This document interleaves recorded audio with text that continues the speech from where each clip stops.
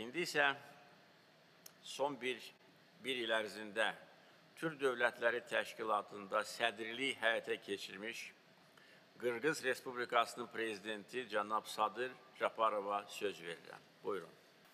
Урматтуу мамлекет башчылары, урматтуу башкы катчы мырза жана саммиттин катышуучулары, эң алгач Азербайжан Республикасынын президенти урматтуу Илхам Гейдарович Алиев мырзага жана боордош Азербайжан тарабына меймандостугу, жылуу кабыл алуусу жана Түрк мамлекеттер уюмунун кезектеги саммитин мыкты уюштургандыгы үчүн чын дилимден ыраазычылык билдиремин.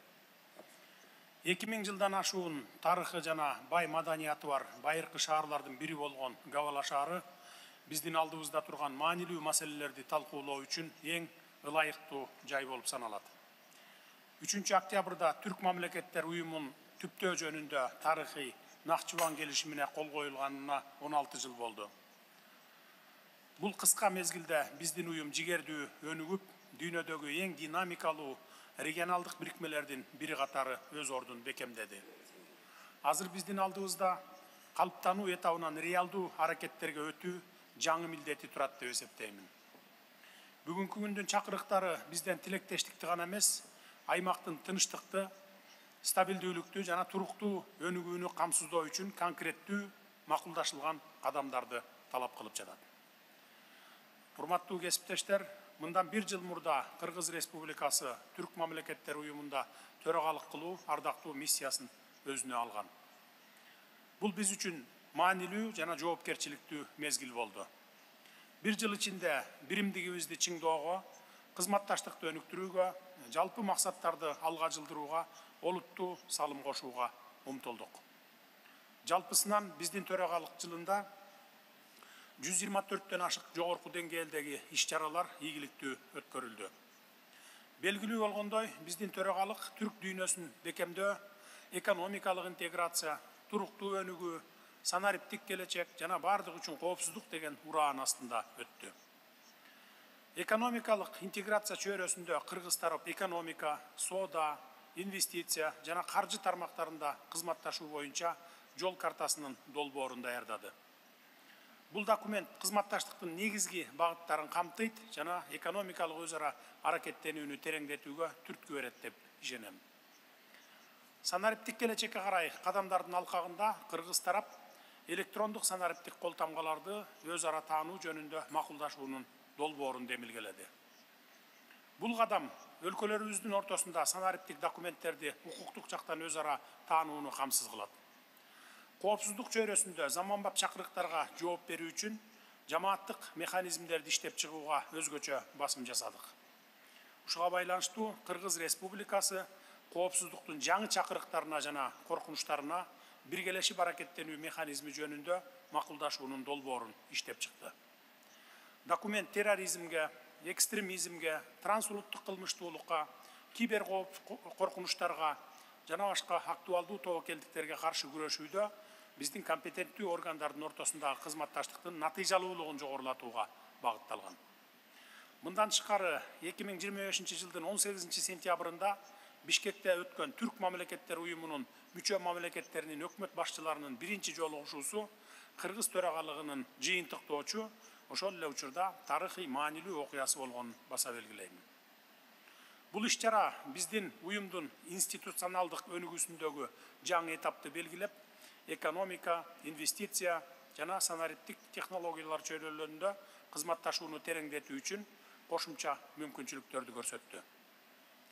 Кыргызстандын төрагалык мезгили уюмдун тарыхында жаңы барактарды ачып, келечектеги интеграциялык жана экономикалык долбоорлоруна олуттуу дем берүүчү негиз түздү деп эсептеймин.